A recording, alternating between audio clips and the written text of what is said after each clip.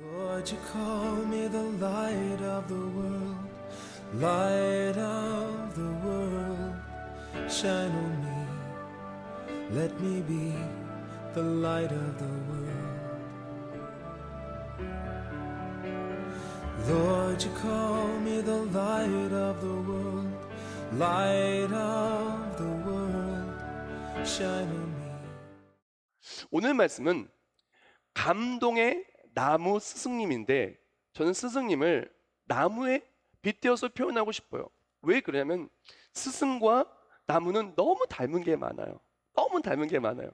제가 어린이들이 보는 책을 봤어요. 궁금증을 해결하는 그런 책인데, 그 책을 봤더니 나무의 역할을 너무 잘 얘기를 했더라고요. 나무의 역할 첫 번째는 무엇이냐면은, 나무의 뿌리는 물 저장 창고예요. 물을 저장해서 홍수와 가뭄을 막아주지요 라고 얘기를 하더라고요. 나무는 어떤 역할을 갖고 있냐면은, 나무는 뿌리부터 해서 나무에 물기를, 수분과 양분을 잘 모아 놓습니다. 그래서 그 모은 것을 어떡합니까? 다 나눠줘요. 어디로 나눠주냐? 가지로 나눠주고, 잎사귀로 나눠주고, 열매로 나눠주고, 그리고 꽃이 피는 나무는 꽃으로 나누어주고, 그렇게 나누어주는 거예요. 그 나무에 수분과 양분이 가득가득 나무가 이렇게 전달하기 때문에 나무에 생명이 있고, 나무에 잎이 있고, 나무에 열매가 있고, 나무에 꽃이 있고, 나무가 이어져 갈 수가 있는 거예요. 나무는 본인이 많이 흡수해서 다 나눠주는 게 나무예요. 우리 스승님이 그렇지 않습니까? 우리 스승님이 많이 가진 것들을 다 전해주는 거예요. 지식을 전해주고, 기술을 전해주고, 경험을 전해주고, 또한 많이 받은 스승의 사랑, 스승의 은혜, 그것을 전해주고, 좋은 것들을 다 나눠 꼭꼭꼭 담아서, 꼭꼭꼭 담아서 꼭 필요한 것들을 다 전해주는 게 나무와도 같은, 양분을 전하고 수분을 전하는 나무와도 같은 모습 아니겠습니까? 근데 예수님이 그러셨어요. 가장 위대한 스승, 가장 핵심된 스승, 가장 아름다운 스승, 예수님께서 바로 그러하셨어요. 예수님께서는 모든 것을 다 내어주면서 섬겨주시는 스승이셨어요. 오늘 본문을 보면은, 오늘 보면 요한복음 13장인데 예수님을 선생이라고 부르는, 선생님이라고 부르는 바로 그 구절을 보면 이렇게 얘기합니다. 본문 13절과 14절입니다. 너희가 나를 선생이라 또는 주라 하니 너희 말이 옳도다. 내가 그러하다. 내가 주와 또는 선생이 되어 너희 발을 씻었으니 너희도 서로 발을 씻어주는 것이 옳으니라 라고 말씀하여 줍니다. 예수님께서 선생이라고 말씀하여 주시면, 너희가 나는 선생이라고 부르는구나. 맞다. 그래. 나는 너희의 선생이란다. 그런데 선생으로서 꼭 해야 되는 게 있단다. 내가 너희 발을 씻어줄게. 너희도 서로 발을 씻어주고 발을 씻어주는 사람이 되어라 라고 말합니다. 자, 근데 이것이 어떻게 모든 것을 내어주는 것과 이어지는가? 이것이 왜 모든 걸 내어주어서 잎이 나오고 또한 열매가 나오고 생명이 살아나는 것과 연관이 있는가? 요한복음 13장 초반부와 이 전체 장을 보면은 그 상황과 이 말씀을 보면 알 수가 있어요. 요한복음 13장은 예수님께서 제자들의 발을 씻어주는 바로 그 장인데요. 시작하는 순간에 다음과 같습니다. 13장 1절 말씀. 유월절 전에 예수께서 자기가 세상을 떠나 아버지께로 돌아갈 때가 이른 줄 아시고 세상에 있는 자기 사람들을 사랑하시되 끝까지 사랑하시느냐. 아멘. 지금 요한복음 13장은 예수님께서 유월절 전에 바로 예수님께서 십자가에 못 박혀 죽으실 때가 다가왔다는 것을 아신 거예요. 이제 구원의 때가, 대속의 은혜를, 십자가를 완성하고 예수 그리스도가 이 땅에 오셔서 구원을 완성하기 위해 오셨는데 바로 우리를 위해서 죽기까지 목숨까지 내어주며 우리를 구원하여 주시는 바로 그때가 가까이 왔다는 거예요. 그때 가까이 오자 예수님께는 제자들의 발을 씻어주신 겁니다. 발 씻어주면 너희도 이렇게 발을 씻어주라고 얘기해요. 이것을 조금 더 깊이 보면은 이 발을 씻는 그것에 대한 걸 좀 더 깊이 보기를 원하는데요. 이 시대에요, 발은요 가장 지저분한 신체 부위를 의미합니다. 지금도 뭐 거의 발냄새 나거나 좀 지저분한 분들도 여기 뭐 한두 분 계실 수는 있겠지만 발은 가장 지저분한 곳이에요. 왜 그러냐면 이 시대는 신발이 여러 켤레가 아니었어요. 신발 거의 막 한 켤레밖에 없어요. 뭐 부자라고 해봐야 뭐 몇 켤레나 되겠어요. 거의 다 신발 한 켤레밖에 없고요.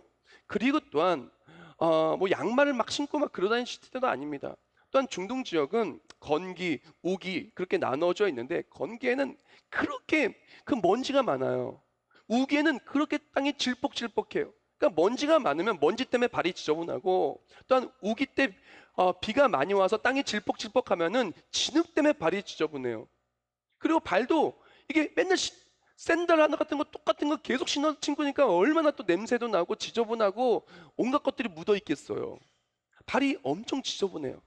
그렇기 때문에 이 시대에 손님의 집에 가면은 이 시대에 어디 집에 들어가거나 그러면 제일 먼저 하는 게 발을 씻는 거예요. 발을 씻고 들어가는 거예요. 근데 발은 누가 씻냐? 종들이 씻어요. 종들이 물을 준비해서 누군가 들어왔을 때 발을 씻어주는 겁니다. 발을 씻는 것은 가장 더러운 곳을 종들이 씻는 게 바로 이 시대의 모습이었고 또한 우리가 기억해야 될 모습인 거예요. 근데 예수님께서 선생이라고 말씀하여 주시면서 하신 것이 무엇이냐? 선생이 해야 될 것이 무엇이냐고 말씀하여 주시면서 발을 씻어 주셨다는 것이에요. 가장 더러운 곳을 씻어 주셨다는 것이에요. 이것이 왜 모든 것을 내어주는 것과 이어지냐면은 바로 이것이 예수님의 구원 사역과 철저하게 이어지기 때문에 그렇습니다. 우리에게 있어서 가장 지저분한 게 뭘까요? 우리를 더럽히는 것, 그건 죄악이에요. 예수님께서 이 땅에 오신 것은 가장 높은 곳에 가장 영광의 왕이요 만왕의 왕이요 만주의 주이신 예수님이 이 땅에 낮은 종의 형체를 가지고 내려오신 것은 우리의 죄라고 하는 더러운 죄악을 깨끗이 씻어주시고 십자가 보혈로 깨끗이 씻어주사 우리를 구원하여 주시게 오신 거예요. 예수님께서는 십자가에서 물과 피를 다 쏟으시면서 십자가 보혈로 우리의 죄를 깨끗이 씻어주셨어요. 모든 것을 내어주는 섬김과 모든 것을 내어주는 희생으로 나무가 그 모든 양분과 그 수분을 다 나무 가지와 모든 잎사귀와 열매를 위해 다 주듯 바로 예수님께서는 우리를 살리시기 위하여 우리를 구원하시기 위하여 그 모든 몸에 물과 피를 다 쏟으시며 구원하여 주신 거예요. 또한 그것을 나타내 보여주시고 우리 더러운 죄악을 씻기 위해서 섬기의 모습으로 왔다는 걸 나타내 보이시기 위하여 가장 더러운 발을 씻어주셨고 섬기의 모습으로 종처럼 발을 씻어주신 거예요. 예수님께서는 바로 그것을 이야기한 것입니다. 이것이 왜 그렇게 중요하고 선생이 왜 그것을 해야 되는지 제가 좀 이해를 도와드릴게요. 요한복음 15장을 보면은 예수님은 참 포도나무요 우리는 가지라라고 얘기했습니다. 예수께 붙어 있으면 많은 열매를 맺고 붙어 있지 않으면은 버려져서 열매 맺을 수 없고 아무것도 할 수 없음을 의미합니다. 예수님께서는 나무예요. 나무 대신 예수님께서는 우리를 회복하여 주시기 오셨는데 처음에는 이 나무가 이런 모습이 아니었어요. 어떤 모습이었냐면 짜잔 이게 있었어요. 여기 딱 붙어 있었어요. 이렇게 붙어 있었는데 제가 한 2시간 전에 가위로 싹둑 잘랐어요. 너무나 남한테 미안 얘기지만 왜 잘랐냐? 오늘 설교를 위해서 잘랐습니다. 분명히 하나님께서는 아름답게 이렇게 하나님과 하나 된 모습으로 우리를 창조하셨어요. 하나님의 형상대로.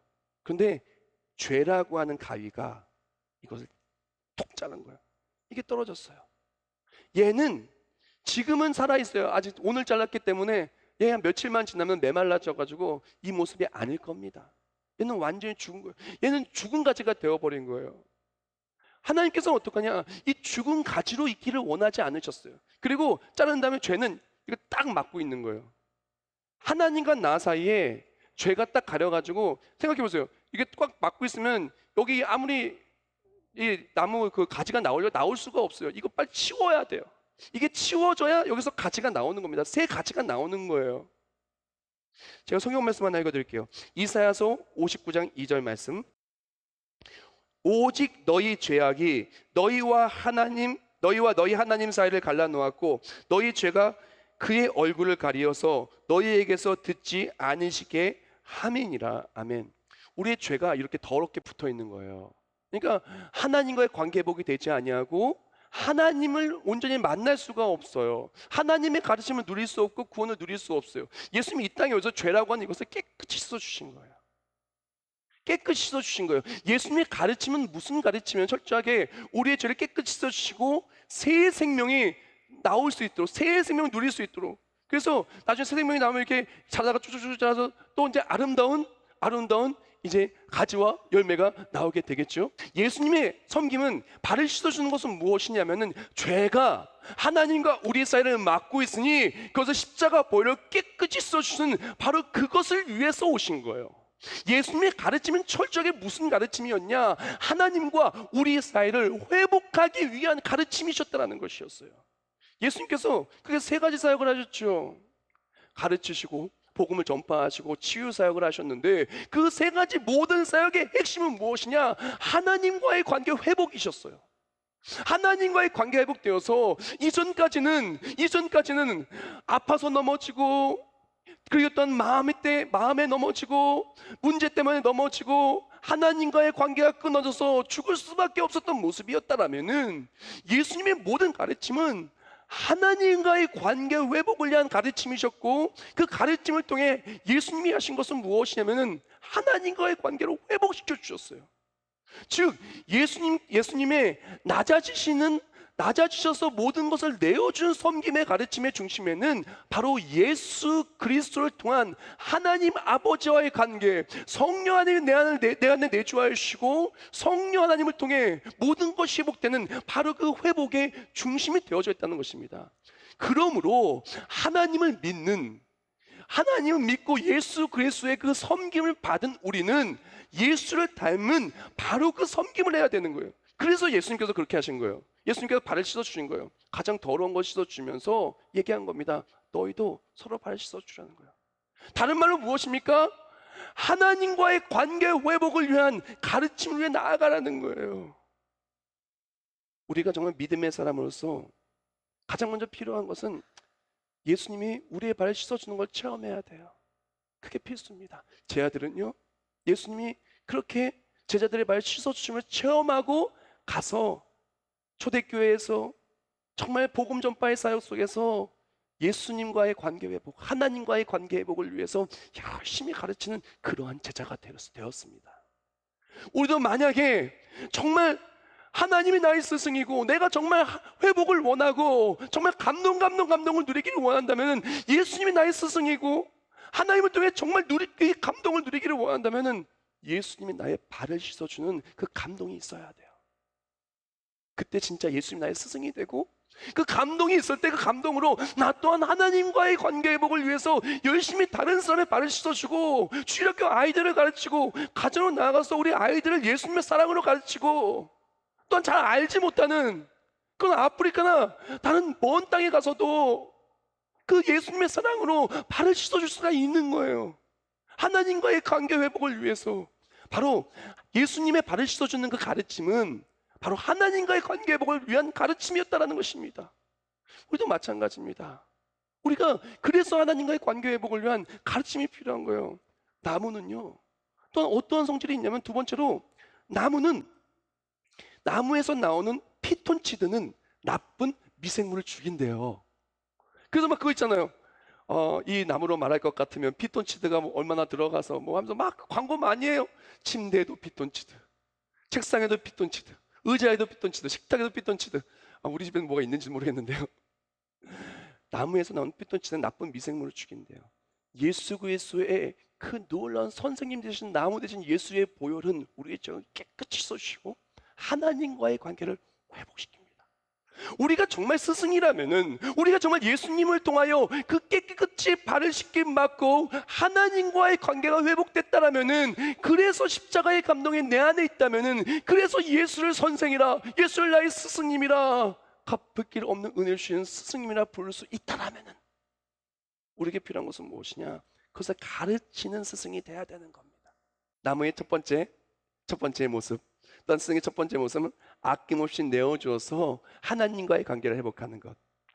두 번째, 정말 나무로서 어떤 선생님이 하는 역할은 무엇이냐면은, 나무는 그늘이 되어주는 거예요. 아프리카 가면요, 나무가 많은 데가 많이 있어요. 오래 걷고 뭐 흙이 많이 날리고 그럴 때 그 나무 그 그늘 밑으로 딱 들어가면요 진짜 세상을 다 갖춘 것 같아요. 나무 그늘 밑에 들어가서 물을 한 잔 딱 마시면서 옥수수까지 같이 먹으면요 이거는 완전히 거의 행복해서 막 미소가 절로 나오는 막 그렇게 되는데요. 나무는요 그늘이에요. 그늘 아래에 있으면 쉼이 있고 햇볕으로부터 보호함을 받고 또한 흙먼지 혼탁한 공기로부터 보호함을 받아요. 나무의 역할 책에서 또 이렇게 얘기하더라고요. 나무가 광합성을 할 때 이산화탄소는 흡수하고 산소를 만들어내지요. 나무 한 그루는 에어컨을 10시간 켜놓는 효과가 있어요 라고 말합니다. 그래서 나무는 자연 에어컨이에요. 나무는 자연 공기청정기예요. 얼마나 좋습니까? 나무, 스승이 되는 바로 이 나무는 그늘이 되어주면서 우리를 보호함과 함께 가장 좋은 것을 주는 겁니다. 쉼을 주는 겁니다. 나무가 바로 그런 거예요. 예수님이 바로 그러하셨어요. 제 아들이 폭풍을 만났을 때 예수님이 오셔서 폭풍을 잠재우십니다. 제자들과 함께 온 무리가 먹을 것이 없었을 때 오병이어의 궤적을 베풀어 줘서 남자만 5,000명이 먹습니다. 2만 명이 넘게 먹었겠죠. 아파서 넘어져 있었을 때 낫게 하여 주시고 또한 귀신 들린 자가 그렇게 있었을 때 귀신 쫓아주면서 당황했던 제 아들을 도와주십니다. 하나님께서는 예수님께서는 그렇게 와서 보호해 주시고 좋은 걸 주시고 가장 아름다운 것을 채워주었어요. 하나님은 우리의 그늘이세요. 스승 되시는 우리의 하나님은 그늘이시고 우리를 보호해 주시는 분이신 겁니다. 시편 23편 1절부터 4절 말씀에 이렇게 말하죠. 여호와는 나의 목자시니 내게 부족함이 없으리로다.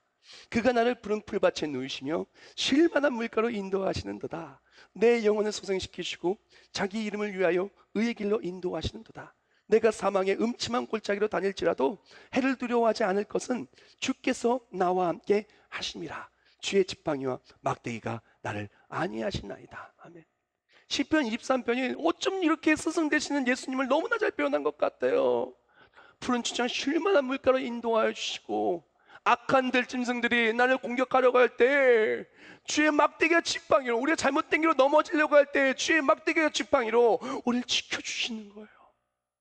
지혜로운 제자는 스승의 그늘 아래 들어가서 가르침과 쉼을 누립니다. 그러나 어리석은 제자와 안타까운 제자는 스승의 그늘 아래 들어가서 쉬면 되는데 기어코 스승의 말을 어겨서 나무 밑에 들어가셔야 되는데 나무 밑에 들어가시지 아니하고 땅볕에서 고생하는 경우가 많이 있어요. 먼지가 풀풀 날리는데 풀풀 나는 데 가서 고생하는 경우가 있습니다. 한 번은 미세먼지가 매우 나쁨이었던 날이었어요. 거의 150만 넘어가는 진짜 그런 날이었어요. 마스크를 쓰고 이제 어디를 가는데 한 고등학교 앞이었어요. 야, 아이들이요 축구하고 있어요. 아니 이 미세먼지가 이렇게 하거나 축구하고 있어요.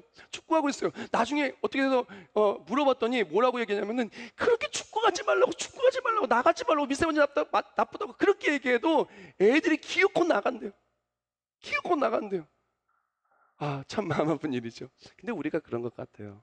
우리가 하나님의 그늘 아래 들어가서 쉬면 좋은데 하나님의 그늘 아래 들어가 쉬는 것을 가르치고 혼탁한 세상 속에서 주의 품에서 정말 하나님이 주시는 아름다운 것들을 받아 누리며 이렇게 아름답게 사는 것을 가르치는 스승이 되어야 되는데 나도 그래야 되는데 나도 나무 바깥에서 방황하고 자녀들도 다른 사람들도 그 바깥에 방황해 둔다면은 스승의 역할을 잘하지 못하는 거예요.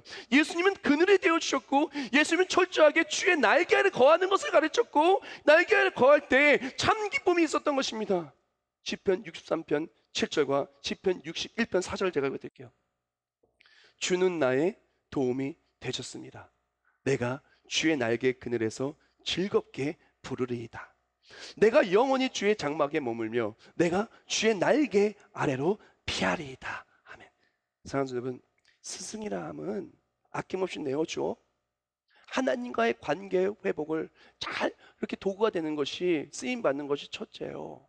그것과 함께 주의 날개 아래, 주의 보호하심 아래 나부터 들어가고 우리가 함께 들어가 하나님의 보호하심과 하나님을 통해 참 회복 보호하심을 누리는 통로가 되어야 된다는 것입니다. 그래서 우리 부모님이 진짜 잘할 수 있는 것 중에 하나가 아이를 교회에 데려오는 거예요. 왜? 하나님의 품에 쉬는 것. 아이가 힘들고 어렵고 우리 가정이 어렵고 힘들 때 하나님께 의지하고 기도하며 나아가는 바로 그 모습을 그렇게 하는 것이 너무나 중요하다는 것입니다. 최고의 가르침은 하나님을 의지하는 것입니다. 최고의 승리는 하나님의 일하심을 누리는 것입니다. 우리 자녀에게 할 수 있는 최고의 가르침은 바로 하나님께 의지하는 것을 가르치는 것. 또한 우리 제자들에게 최고의 가르침은 하나님을 의지하고 주의 품에 나아갈 수 있는 것을 가르칠 때 그때 아이들이 잘 되고 제자들이 잘 될 줄 믿습니다. 교회는 다른 것을 가르치는 게 아니에요. 교회는 하나님과의 관계 회복을 위해 모든 것을 가르치고요. 또한 힘들고 어렵고 지치고 수고하고 무거울 때 주의 품에 와서 참으심을 누리는 것이 바로 교회인 거예요. 수고하고 무거운 짐 자들아 다 내게로 오라 내가 너희를 쉬게 하리라. 사랑하는 여러분, 스승으로서 우리가 그렇게 되기를 주님의 이름으로 축원합니다. 마지막으로 나누기를 원하는 것은 그렇게 해서 관계 회복을 위한 스승, 또 하나님의 품에 그늘 아래 쉬는 것을 누리기 위해 쓰임받는 그런 스승이 될 때 모두가 함께 감동을 누리게 될 것입니다. 자, 우리가 하나님과의 관계 회복이 될 때 주의 그늘 아래에 쉴 때 누가 제일 기뻐하시냐면은 하나님이 제일 기뻐하셔요. 하나님이 제일 기뻐하셔요. 어느 날 제가 굉장히 사역이 많아 되게 힘들고 지친 날이었어요.